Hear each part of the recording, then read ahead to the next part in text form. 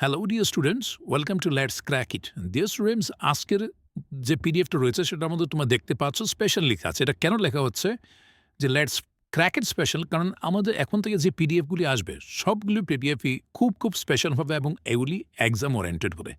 আমরা না তো কোনো লেকচারে বিশ্বাস করি, আমরা শুধুমাত্র একটাই কথা, সেটা হচ্ছে এক্সামে রেজাল্ট আসতে হবে। সো ত্রিপুরা টেট পেপার 1 এবং পেপার 2 দুটোর মধ্যে এই সাবজেক্ট ভার্ব কনকর্ডটা রয়েছে এবং তা সত্ত্বেও আরও যে অনেক পরীক্ষা রয়েছে, যেমন CTET, SSC, WBCS, banking, UPSC, এই সমস্ত পরীক্ষাগুলির মধ্যেও কিন্তু এই টপিকটা থাকে। তো আমরা এই টপিকটাকে এমনভাবে আলোচনা করবো যেন আমাদের সামনে রুলসগুলি একদম ক্রিস্টাল ক্লিয়ার হয়ে যায়, যেন এক্সাম্পলসগুলি যখনই আমাদের সামনে আসবে যেন কোনো কনফিউশন না থাকে। That means zero confusion and exam traps, মানে পরীক্ষার মধ্যে গেলে আমাদের কীরকমের ট্র্যাপস আমাদের সামনে আসতে পারে এবং কোথায় আমরা ট্র্যাপড হয়ে যাই, সেই সমস্ত ব্যাপারগুলি কিন্তু আমরা হাইলাইট করব। সো ওয়ান বাই ওয়ান চলো আমরা সবাই আলোচনা করি এক একটা জিনিসকে নিয়ে খুব ভালো করে। সো আমি তোমাদের এখানে একটা কথা বলবো, যারা এখনও পর্যন্ত চ্যানেলটাকে সাবস্ক্রাইব করোনি, just subscribe right now and do hit the like button.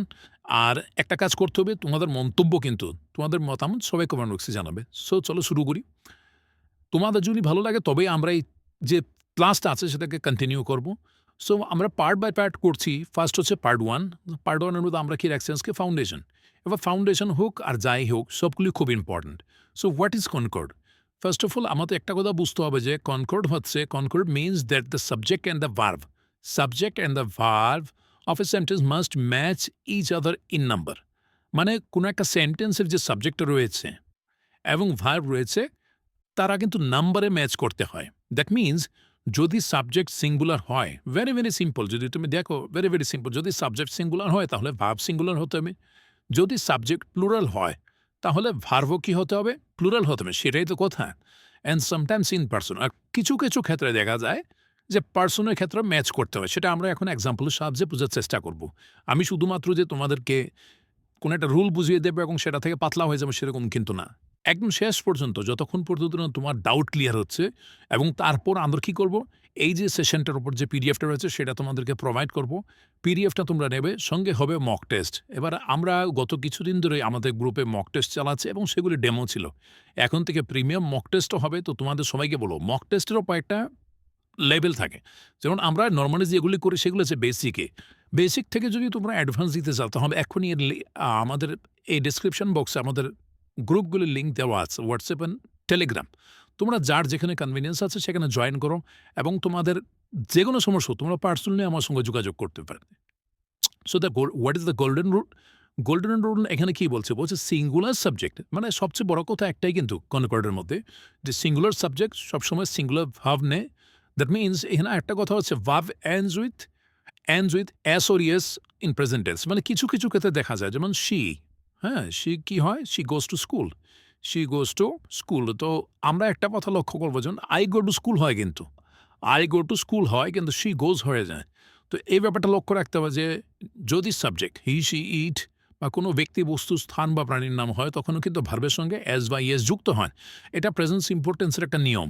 তো এই কথাটা মনে রাখতে হবে যে verb ends with S or ES in present tense, ঠিক আছে? এটা হয়। নেক্সট হচ্ছে plural subject takes plural verb.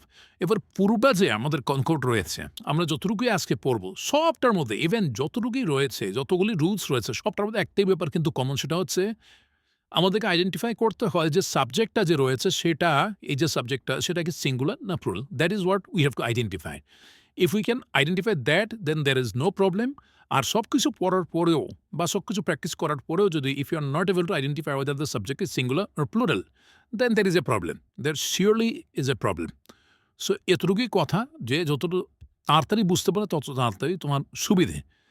So আশা করি তোমাদের ক্লাসটা ভালো লাগছে। এখনও যারা ক্লাসটা লাইক করেন, please do like right now, ঠিক আছে? তোমাদের এই যে লাইকটা সেটা খুব ম্যাটার করে আমাদের জন্য, কারণ আমরা ক্লাসটা তৈরিই করি তোমাদের জন্য।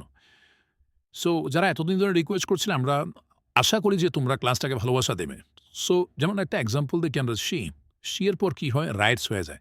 সো অনেকেই আমরা ভাবি যে আমরা ওটা কী বলি, স্যার বেসিক্স থেকে পড়ুন। বেসিক্স এটাই যে আমাদেরকে প্রথমে এটা বুঝতে হবে যে এখানে রাইটস কেন হলো। এখানে একটা কথা স্পষ্টত রাখতে হবে যে সাবজেক্ট, ঠিক আছে? সাবজেক্ট মানে কোনো নাউন হতে পারে, কোনো প্রোনাউন হতে পারে, যে এখানে একটা প্রোনাউন হয়ে গেল। তো নাউনটা কি হয়? নাউন যখন অ্যাজ বা ইয়েস নেবা, যেমন ম্যাঙ্গো, ঠিক আছে? ম্যাঙ্গোর সঙ্গে যখন অ্যাজ বা ইয়েস তুমি এড করবে, কনভিনিয়েন্স ওয়াইজ তোমাকে ইউজ করতে হবে। একটা কথা মনে রাখতে হবে, অ্যাজ বা ইয়েস আমরা কীভাবে ইউজ করবো? আমাদেরকে বুঝে শুনে ইউজ করতে হবে। সো ম্যাঙ্গোজের সঙ্গে আমরা কি লাগাতে পারি? শুধু অ্যাস লাগালে হবে না। এখানে ম্যাঙ্গো লাস্টে ইয়েস, যেখানে ই থাকে সেখানে শুধু অ্যাস লাগালেই হয়।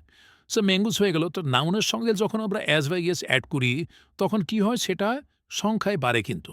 এটা প্লুরাল হয়ে যায়। কিন্তু ভার্বের সঙ্গে, যেমন গো এর সঙ্গে আমরা এখানে বা রাইটের সঙ্গে অ্যাস লাগালাম, যেমন গো এর সঙ্গে লাগালে গোজ হয়ে যায়। তো সেটা কিন্তু প্লুরাল হয় না। এই কথাটা এখানে খেয়াল রাখতে হবে, সেটা প্লুরাল হয়ে যায় না। সেটাকে আমরা সিঙ্গুলার ভার্বের সঙ্গে ম্যাচ করতে গিয়ে ইউজ করি। তো এটা নিয়ে আমরা অনেক সময় কনফিউজ হয়ে যাই, সেখানে কিন্তু কনফিউজ হওয়ার কিছু নেই। সো শি রাইটস, ঠিক আছে? তো যেহেতু এখানে সাবজেক্ট রয়েছে হি, শি, ইট বা কোনো ব্যক্তিবস্তু, স্থান বা প্রাণীর নাম থাকতে পারে, তখন ক্ষেত্রে তুমি কী করতে পারবে? এখানে ভার্বের সঙ্গে অ্যাস লাগাবে। তো এটার মধ্যে কনফিউশনের কিছু নেই। অনেকে আমাকে বলছে যে, "স্যার বেসিক্স থেকে শুরু করুন।" তাই আমি একটু সময় নিয়ে কথা বলছি। তাতে যদি কারোর মনে হয় যে, "স্যার না, আপনি সময় নিচ্ছেন, তাতে আমাদের সমস্যা হবে, please do right in the comment box." তারপর হচ্ছে দে। দে কিন্তু প্লুরাল। দে কিন্তু থার্ড পারসন সিঙ্গুলার না। এখানে একটা প্লুরালের প্রসঙ্গ আসে। এটা কোন সময় হয়? দেখো, শি যে রয়েছে, এখানে তোমাকে নাম্বার এন্ড পারসন পড়তে হবে। এবার নাম্বার এন্ড পারসন পড়ার জন্য আমি তোমাদেরকে জাস্ট সিম্পলি আমি একটু দেখিয়ে দিচ্ছি নাম্বার এন্ড পারসন কীভাবে পড়তে হয়। তো সেটা যেহেতু প্রথম আমরা সেশনটা শুরু করছি, আমি চাই যে আমার যতজন স্টুডেন্টস রয়েছে যারা নেক্সট টাইম টেট পরীক্ষা দেবে, সে 2026-এ 100% হবে। এবার তোমাদের প্রসঙ্গে বলছি, তোমরা জিনিসটা এত সুন্দরভাবে বুঝে নেবে যেন তোমাদের কোনো সমস্যা না হয়। আমি তোমাদেরকে নাম্বার এন্ড পারসনও আমি তোমাদেরকে ডিটেইলে বুঝিয়ে দিচ্ছি। সো এরকম একটা বক্স বানিয়ে নেবে। একটা বক্স বানিয়ে নিলে একদম এনাফ হবে। সেখানে ৩ টে ছোট, ছোট বক্স বানিয়ে নিলে আবার। তো এখানে আমাদের কি করতে হবে? আমাদের জাস্ট এখানে আইডেন্টিফাই করতে হবে যে first person, second person, third person. ঠিক আছে? যেমন এখানে আমি ফার্স্ট পারসন লিখে নিলাম, সেকেন্ড পারসন লিখে নিলাম, থার্ড পারসন। আর এখানে সিঙ্গুলার, প্লুরাল। এইভাবে তোমরা একদম ইজিলি বানিয়ে নিতে পারো। এগুলি একদম বেসিক্স। তো first person singular, first person plural. First person singular হচ্ছে আই এবং ফার্স্ট পারসন প্লুরাল হচ্ছে we. Second person singular, plural দুটো কিন্তু ইউই হয়। ঠিক আছে? তো এখানে কনফিউশনের কিছু নেই। থার্ড পারসন সিঙ্গুলার, সবসময় একই কথা ইংরেজিতে বারবার ব্যবহার করা হয় যে third person singular, third person singular. He, she, it বা কোনো ব্যক্তিবস্তু, প্রাণী বা স্থানের নাম হলে তখন কি ভার্বের সঙ্গে অ্যাজ বা ইয়েস হয়, আর এখানে হচ্ছে দে।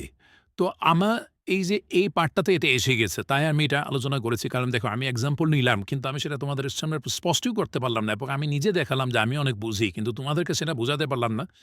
আমি মনে করি না তাতে আমার কিছু পাওয়া হবে। কিন্তু যদি আমি ছোটভাবে আলোচনা করে তোমাদেরকে বুঝিয়ে দিতে পারি, দ্যাটস অলরাইট। সো আমরা আগেও যখন আলোচনা করতাম, তোমরা অনেকেই আমাদের এই ভিডিওসগুলি দেখে অনেক উপকৃত হয়েছিলে, ঠিক কিনা?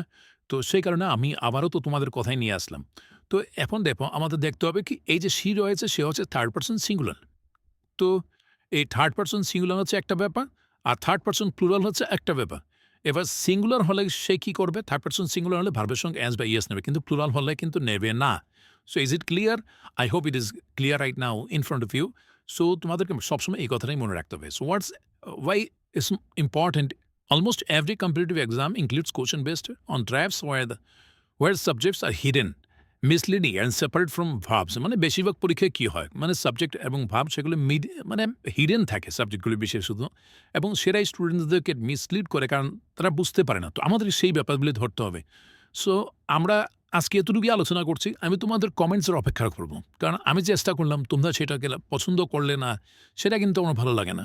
I hope I will try my best to convince all the thoughts that I have, all whatever I have, I will share with all of you, as I was already committed and I'm still saying that I will do every bit possible for all of you. And আমি জানি তোমাদের অনেক উপকার হবে সামনের দিনগুলিতে। So তোমাদের support লাগবে।